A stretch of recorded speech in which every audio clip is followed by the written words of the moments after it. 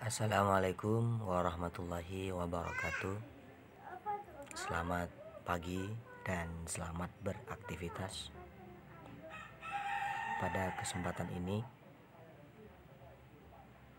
kita akan melanjutkan mata pelajaran ilmu tafsir kita di kelas 11, yang mana pada kesempatan ini kita akan melanjutkan bab keempat, yaitu asbabun nuzul.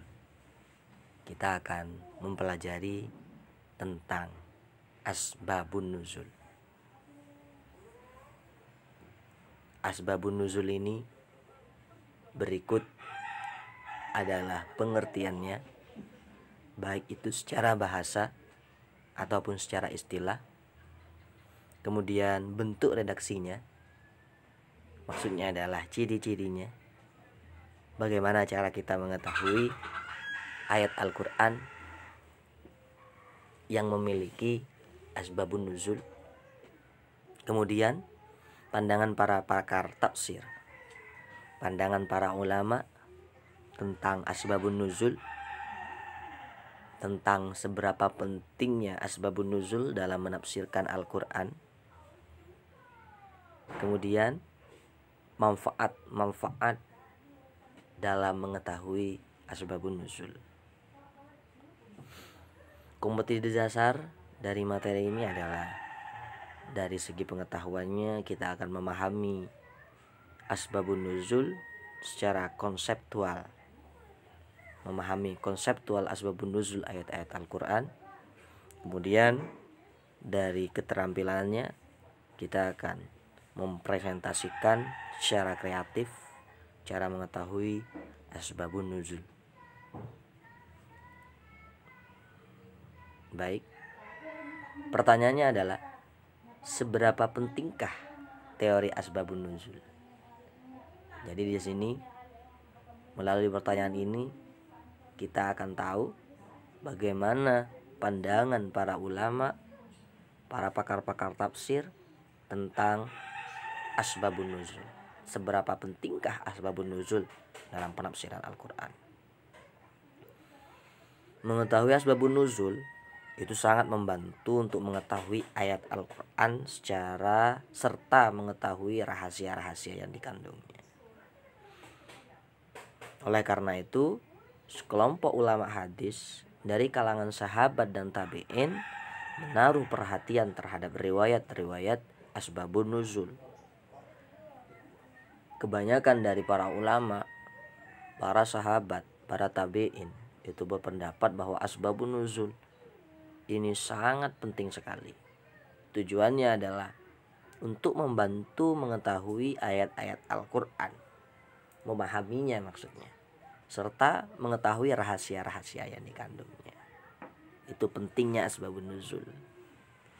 Walaupun ada sebagian ulama juga yang menganggap asbabun nuzul itu tidak penting, tapi kebanyakan ulama berpendapat bahwa asbabun nuzul itu sangat penting. Bahkan mereka menulisnya secara panjang lebar, seperti Imam Abdul Adim Az-Zarqani, seperti Imam Abdullah Az-Zarkashi, seperti Imam Jalaluddin Asyuti, Al-Wahidi, dan masih banyak lagi. Kita langsung masuk pada pengertiannya. Pengertian dari asbabun nuzul. Saya jelaskan secara umum dulu. Asbabun nuzul itu adalah sebab-sebab turun. Ya. Kita baca secara istilah, sebab-sebab turun. Ada beberapa sebab yang melatar belakangi turunnya suatu ayat. Nah, sebab tadi disebut asbabun nuzul. Kita baca saja. Secara bahasa, ungkapan asbabun nuzul merupakan bentuk idhafah, sandaran, penggabungan dua kata dari kata asbab yang berbentuk jamak. Mufradnya adalah sabab, artinya sebab, dan nuzul artinya adalah turun. Perhatikan di samping. Kata asbab ini asalnya adalah sababun, cuma berubah kata menjadi jamak, asbabun. Jamak itu berarti banyak. Maka jika demikian, asbab itu adalah sebab-sebab, beberapa sebab. Nuzul itu dari kata nazalah yang artinya turun. Berarti asbab itu sebab-sebab, nuzul turun. Kalau kita artikan sebab-sebab turun. Apa yang dimaksud di situ? Apa yang dimaksud sebab-sebab turun? Secara etimologi, asbabun nuzul adalah sebab-sebab yang melatar belakangi terjadinya sesuatu. Yang dimaksud di sini ialah penurunan Al-Qur'an dari Allah Subhanahu wa taala kepada Nabi Muhammad SAW melalui perantara malaikat Jibril. Jadi ayat yang turun itu memiliki sebab. Nah, sebabnya ini loh yang disebut asbabun nuzul. Baik. Sekarang pengertian asbabun nuzul secara istilah. Secara istilah, pengertian asbabun nuzul secara terminologis menurut beberapa ulama adalah sebagai berikut. Pertama, itu adalah pendapatnya Imam Abdul Azim Az-Zarqani. Beliau berpendapat yang dinamakan asbabun nuzul adalah ma nazalatil ayatu awil ayatu mutahadditsatun anhu aw mubayyinatun li hukmihi ayyama wuqu'ihi, yang artinya asbabun nuzul adalah sesuatu yang turun berupa satu ayat atau beberapa ayat yang berbicara tentangnya sesuatu itu atau menjelaskan ketentuan-ketentuan hukum yang terjadi pada waktu terjadinya peristiwa tersebut. Asbabun nuzul itu gini, ada sesuatu ini isinya adalah kejadian, peristiwa, atau pertanyaan-pertanyaan yang terjadi pada saat itu. Nah, kemudian turunlah ayat Al-Qur'an yang menjadi jawaban atas sesuatu tadi. Nah, sesuatu yang menjadi sebab tadi disebut asbabun nuzul Al-Qur'an, sebab-sebab yang melatar belakangi turunnya Al-Qur'an.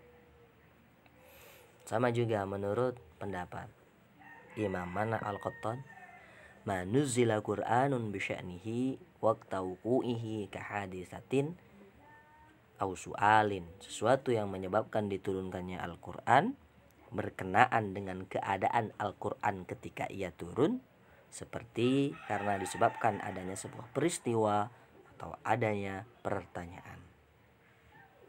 Penjelasan simpelnya begini konsepnya.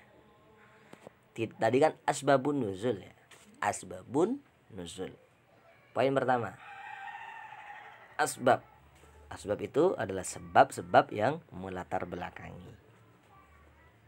Nah, isi dari sebab ini, asbab ini bisa berupa 1, peristiwa, 2, pertanyaan. Jadi ada suatu peristiwa di zaman Rasulullah yang tidak menemukan jalan keluar. Nah, itu sebab. Ada pertanyaan dari orang kafir atau dari orang Islam itu sendiri kepada Rasulullah. Nah, itu jadi sebab namanya. Poin kedua, nuzul. Nuzul adalah turunnya ayat. Nuzul adalah turunnya suatu ayat. Turunnya ayat tadi, pertama, ada kalanya sebagai solusi. Kedua, ada kalanya sebagai jawaban. Sebagai solusi dari apa? Dari peristiwa tadi. Sebagai jawaban dari apa? Jawaban dari pertanyaan tadi. Nah, paham ya? Konsepnya seperti itu. Jadi keberadaan asbabun nuzul, paham ya? Jadi untuk selanjutnya 3, keberadaan asbabun nuzul itu nanti bagaimana cara kita mengetahuinya bisa kita temukan di ayat Al-Qur'an itu sendiri, bisa dijelaskan dalam hadis. Kalau di dalam hadis berarti kita harus mencarinya. Kalau terdapat di dalam Al-Qur'an itu sendiri tinggal melihat tanda-tandanya.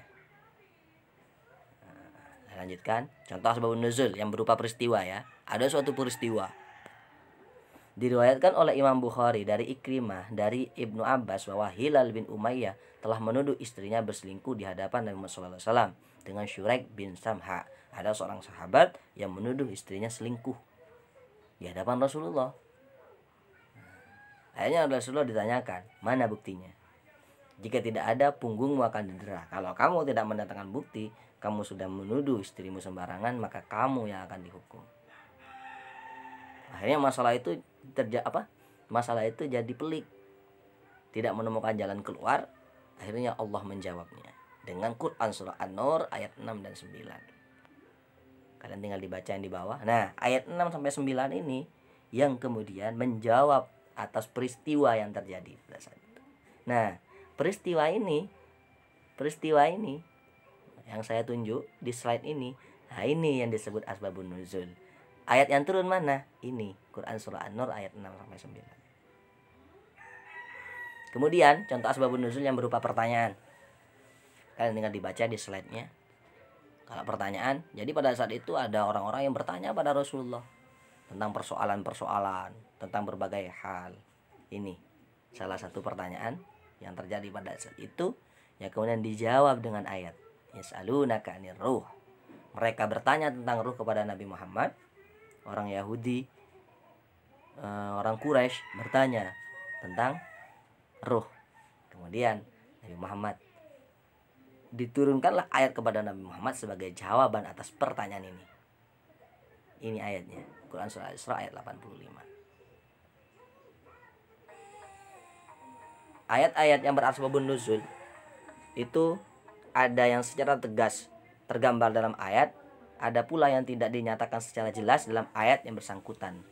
Biasanya kalau ayat yang ada asbabun nuzulnya itu berbunyi ini, yas'alunaka atau yastaftunaka, berarti itu ayat itu ada asbabun nuzulnya. Kalau bentuk redaksi yang dari hadis itu adalah ada teks ini, sebab turunnya adalah begini, maka turunlah ayat ini. Itu di dalam hadis-hadis. Nanti kalau kalian cari asbabun nuzul ya kayak ini asbabun nuzulnya, ini ayatnya, ini asbabun nuzulnya, ini ayatnya. Biasanya asbabun nuzul itu ditemukan di dalam hadis atau bisa ditemukan di dalam Al-Quran itu sendiri. Kalau kalian ingin cari ayat yang ada asbabun nuzulnya, berarti ada ini, ada ini. Berarti memang ada ayat yang ada asbabun nuzulnya. Berarti juga memang ada ayat yang tidak ada asbabun nuzulnya. Jadi ayat itu dalam segi asbabun nuzul terbagi jadi dua. Ada yang terdapat asbabun nuzulnya, ada yang tidak terdapat asbabun nuzulnya.